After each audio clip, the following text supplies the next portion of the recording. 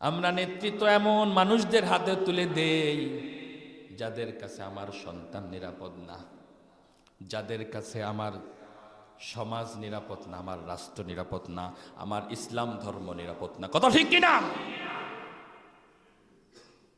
আমার প্রিয় ভাইয়েরা, এটারও জবাব আল্লাহর কাছে দিতে হবে। এটা একটা আমানত। আপনি মনে করছেন 500 টাকা দিছে, একদিন বিরিয়ানি খাওয়ায় দিছে, দিয়া দিলাম। আপনি কি দিছেন জানেননি? আপনি ইমানটা বিক্রি করে দিছেন। নাউযুবিল্লাহ বলি। মানুষের বিবেক আজকে 500 টাকায় বিক্রি হয়ে যায়। আল্লাহ তাআলা আমাদের এই বিবেকটাকে, আমাদের নিজেদেরকে মূল্যায়ন করার তৌফিক দান করুক। সকলে বলি আমিন। আমরা আমাদের নিজেদেরকে যদি আমরা মূল্যায়ন না করি, তাহলে আল্লাহ কিভাবে আমাদেরকে মূল্যায়ন করবে? সামনে আসতেছে ইমানের পরীক্ষার দিন। মনে করছেন দিয়ে দিন, এটা একটা ইমানের পরীক্ষা। আখিরাতের কাঠগড়ায় এটার জবাব আছে না নাই? আপনি যাকে নির্বাচন করলেন, আপনি জানেন এই ব্যক্তি আসলে চাঁদাবাজি করবে, এই ব্যক্তি আসলে সমাজে উশৃঙ্খলা সৃষ্টি করবে, তারপর আপনি তাকে দিচ্ছেন।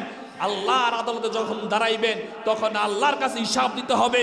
আপনার আমলনামায় দেখবেন রাস্তার ডাকাতি টাকা, গম চুরির ডাকাতি টাকা এবং অসংখ্য গুনাহ আপনার আমলনামায় জমা থাকবে।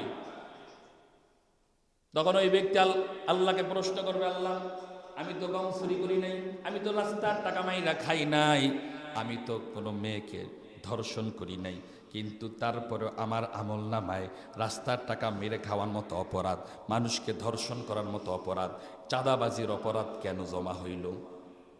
তখন জবাব দিবে আল্লাহ যে তুমি যারা নির্বাচন করছো সে তো এই কাজ করছে, তোমার নির্বাচনের কারণে, তোমার ভোটের কারণে সে এই কাজ করতে সাহস পাইছে, সে নির্বাচিত হয়েছে, এই জন্য আজকে তোমার আমলনামায় এগুলো জমা হয়েছে। নাউযুবিল্লাহ বলি। এই জন্য সাবধান আমার প্রিয় ভাইয়েরা,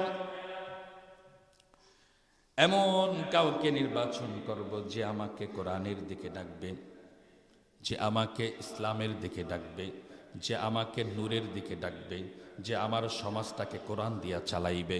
কথা দরকার আছে না নাই? এগুলো দরকার আছে না নাই?